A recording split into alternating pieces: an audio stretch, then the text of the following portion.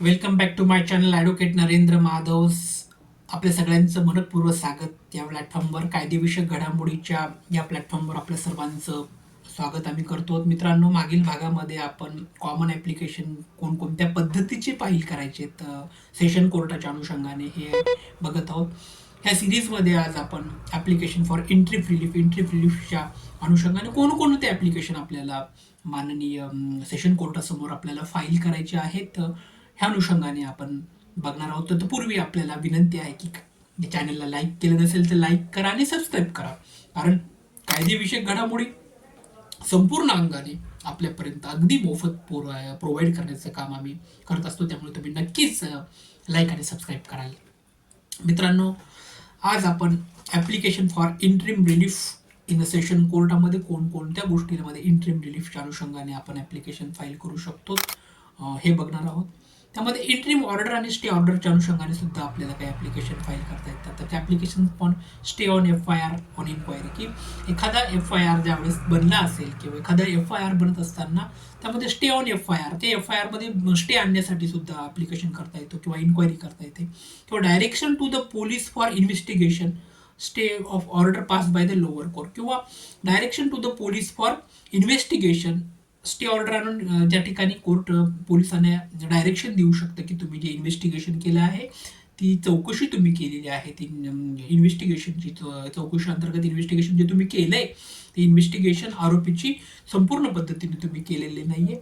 आणि जर लोअर कोर्टानं एखादी ऑर्डर पास केली असेल, तर लोअर कोर्टात एखादी इंट्रीम ऑर्डर असेल किंवा स्टे ऑर्डर असेल, तर त्याला सेशन कोर्टामध्ये सुद्धा आपल्याला चॅलेंज करता येतं. म्हणजे सेशन कोर्टामध्ये लोअर कोर्टाची म्हणजे JMFC कोर्ट आहे, प्रथम वर्ग न्यायदंडाधिकारीची, आणि त्यांनी एखादी ऑर्डर त्या ठिकाणी दिलेली आहे, तर ती ऑर्डर त्या ठिकाणी स्टे आणण्याचं काम सेशन कोर्ट करू शकतो. त्याचबरोबर स्टेशन कोर्ट दुसरं पण काम करू शकते की सेशन कोर्टामध्ये ज्या वेळेला पोलिसांनी प्रॉपर इन्व्हेस्टिगेशन केली नसेल त्या संबंधित गुन्ह्याची, तर प्रॉपर इन्व्हेस्टिगेशन करण्यासाठी सुद्धा सेशन कोर्ट पोलिसांना आदेश प्राप्त करू शकतो. म्हणजे ह्यामध्ये आदेश प्राप्त झाला आहे किंवा ती आदेश देण्याचा अर्ज किंवा आदेशावर स्थगिती देण्याचा अर्ज, हे दोन्ही सुद्धा ॲप्लिकेशन आपल्याला ॲप्लिकेशन ऑफ इंट्रीम रिलीफच्या अनुषंगाने माननीय सेशन कोर्टासमोर किंवा जिल्हा न्यायालयासमोर आपल्याला फाईल करता येतात. त्याचबरोबर व्हिक्टिम सेंट्रिक किंवा थर्ड पार्टी ॲप्लिकेशनच्या अनुषंगाने सुद्धा आपल्याला बोलायचं आहे की व्हिक्टिम सेंट्रिक जे ॲप्लिकेशन आहे, व्हिक्टिम सेंट्रिक ॲप्लिकेशन किंवा थर्ड पार्टी ॲप्लिकेशनमध्ये स्पेशली फॉर पुनर्प्राप्तीचा दावा, ज्याला आपण रिस्टिट्यूशन क्लेम असं म्हणूयात, की आता रिस्टिट्यूशनचा क्लेम म्हणजे काय, तर रिस्टिट्यूशनचा क्लेम बऱ्याच वेळेला आपण त्याची कायदेशीर व्याप्ती बघत नाही. बऱ्याच वेळेला मूळतः जो रिस्टिट्यूशनचा दावा आहे तो मॅरेज पिटिशनमध्ये फाईल केला जातो की विवाहाचं पुनर्प्राप्ती व्हावी या अनुषंगाने. म्हणजेच एखादी पत्नी पतीसोबत नांदत नसेल किंवा पती जो आहे तो पत्नीला नांदवेत नसेल, तर अशा वेळेला पती किंवा पत्नी दोघांपैकी कुणीही सेशन कोर्टामध्ये रिस्टिट्यूशनचा दावा फाईल करू शकतात किंवा रिस्टिट्यूशनचा क्लेम जो आहे तो क्लेम त्या ठिकाणी फाईल करण्याचा त्यांना ह्या ठिकाणी दावा आहे.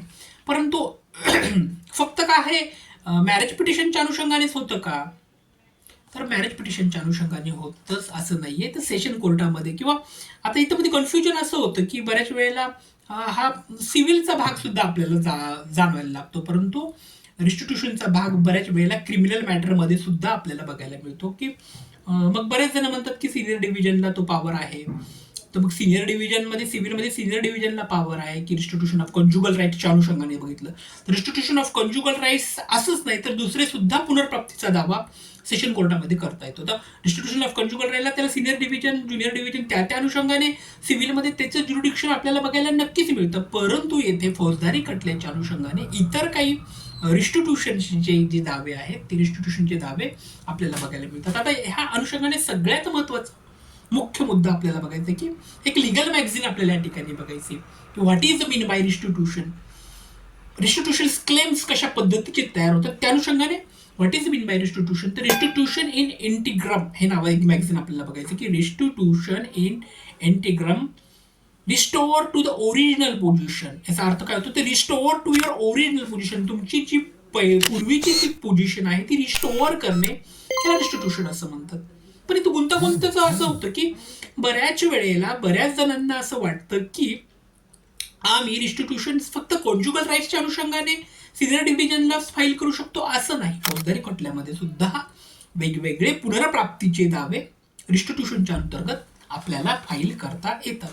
त्याचबरोबर दुसरं आहे की ॲप्लिकेशन फॉर कंपन्सेशन ॲप्लिकेशन्स आपल्याला बघता येते की जे CRPCचं 357 जे कलम आहे, सेक्शन 357च्या अंतर्गत कंपन्सेशन क्लेम, नुकसान भरपाई एखादी झाली असेल, अपघात झाला असेल किंवा अजून काहीतरी घटनेमध्ये एखाद्याची हानी पोहोचली असेल एखाद्या व्यक्तीला, एखाद्या पार्टीला, ती हानी भरून काढण्यासाठी त्या नुकसान भरपाईचा सुद्धा अर्ज आपल्याला माननीय सेशन कोर्टामध्ये फाईल करता येतो.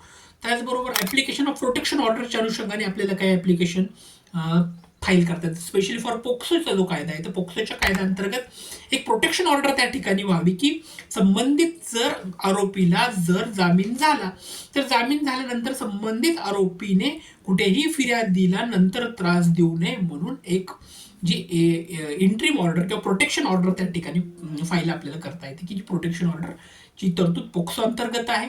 त्याचबरोबर सगळ्यात महत्त्वाची आपल्याकडे जर डोमेस्टिक व्हायलन्सच्या अनुषंगाने आपण बघितलं तर DV मध्ये सुद्धा ज्यावेळेस एखादी पेंडिंग केस असेल तर पेंडिंग ट्रान्सफर असं मॅटर असेल, पेंडिंग असेल तर त्यामध्ये सुद्धा आपल्याला DV मध्ये प्रोटेक्टिव्ह ऑर्डर आपल्याला त्या ठिकाणी काढता येते.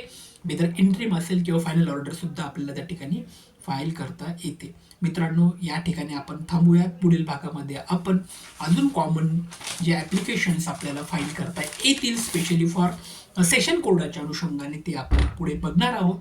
तत्पूर्वी परत आपल्याला विनंती आहे की चॅनलला लाईक करा, सबस्क्राईब करा, मोठ्या पद्धतीने आपला सहभाग नोंदवा. कमेंट्ससुद्धा आपले ह्या ठिकाणी आम्हाला आवश्यक आहे की वेगवेगळ्या पद्धतीची कमेंट्सचं आम्ही स्वागत करू. नक्कीच आपल्याकडून ही अपेक्षा आहे.